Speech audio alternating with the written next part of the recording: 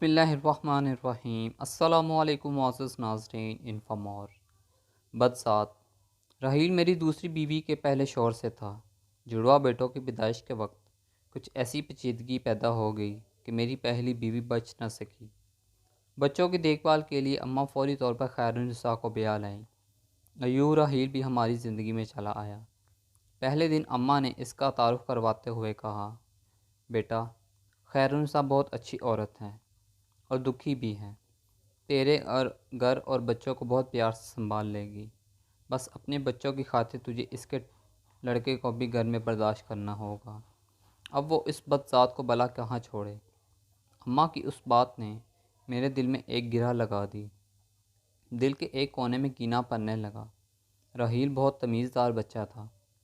ایک چیز جو میں نے شدت سے نوٹ کی کہ میرے سرد رویے کے باوجود وہ مجھ سے بہت محبت کرتا اور میرے رویے سے اسے کوئی فرق نہیں پڑتا تھا۔ صبح جب میں ناشتے کے لیے کھانے کی میز پر آتا، رحیل انتہائی تمیز کے ساتھ السلام علیکم ابا جان کہتا اور بھاگ کر میرے آگے اخبار رکھتا۔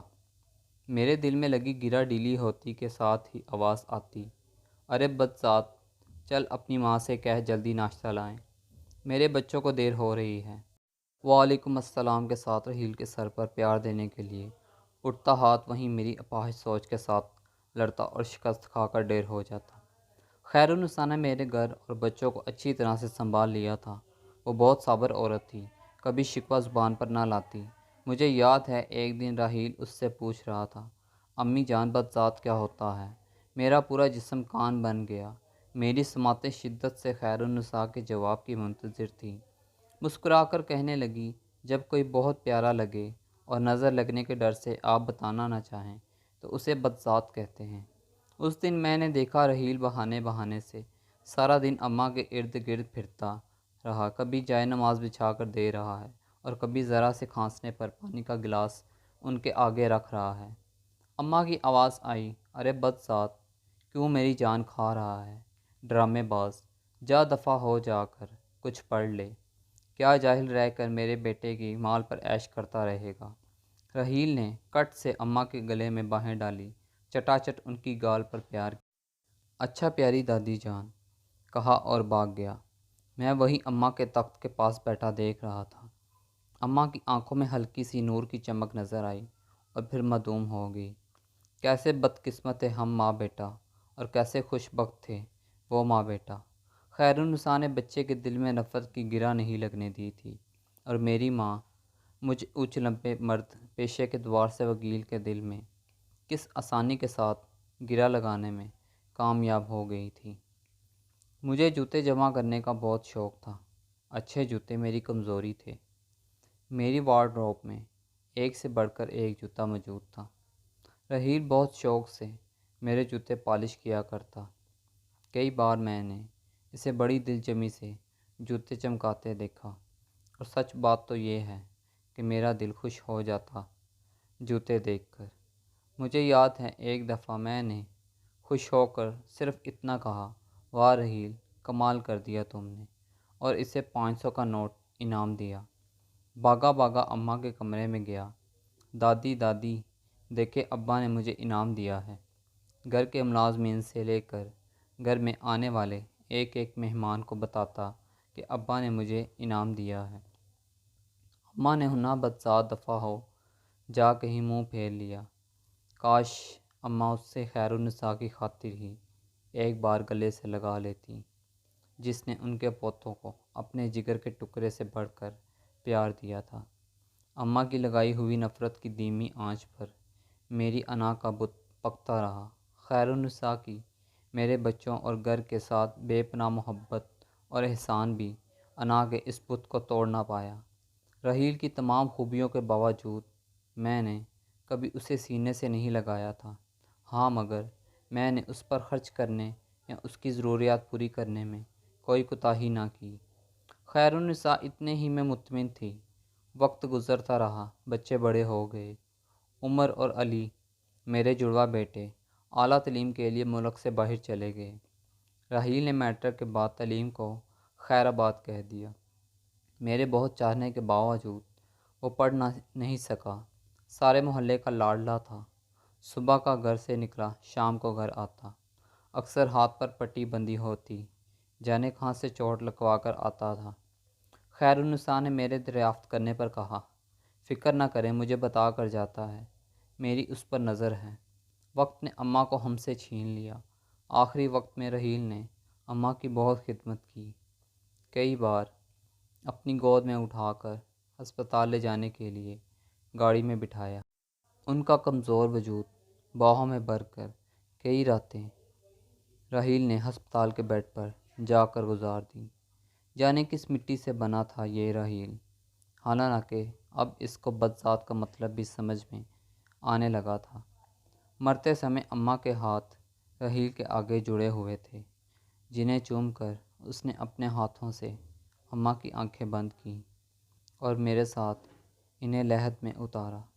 میرے دونوں بیٹے چاہنے کے باوجود دادی کی آخری رسومات میں شریک نہ ہو پائے۔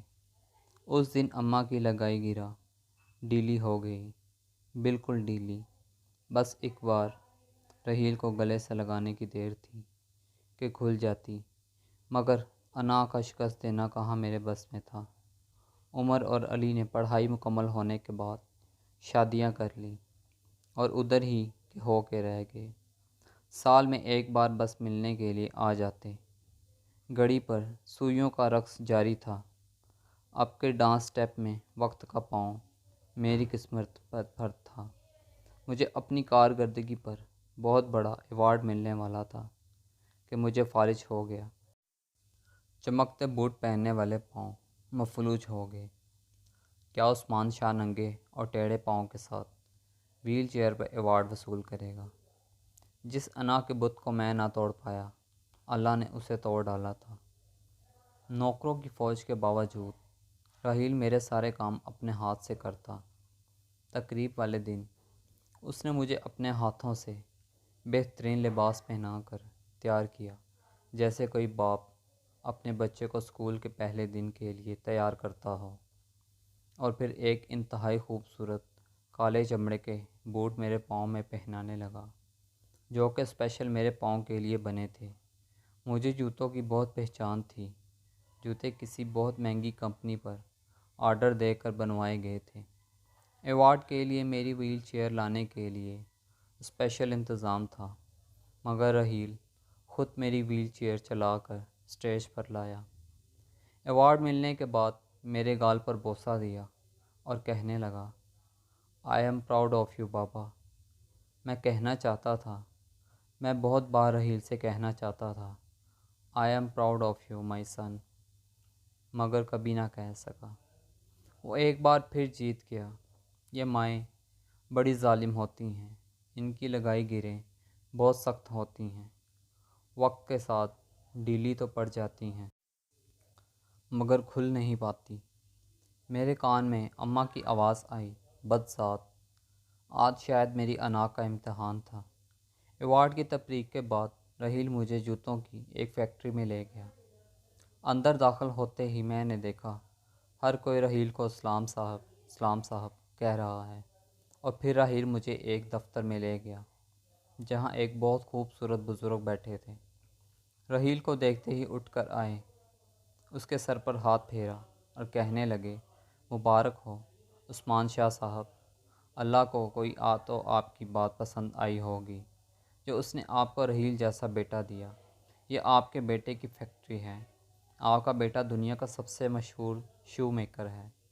مجھے یاد ہے ایک دفعہ میری پسند کے بہت مہنگے جوتے خراب ہو گئے تھے۔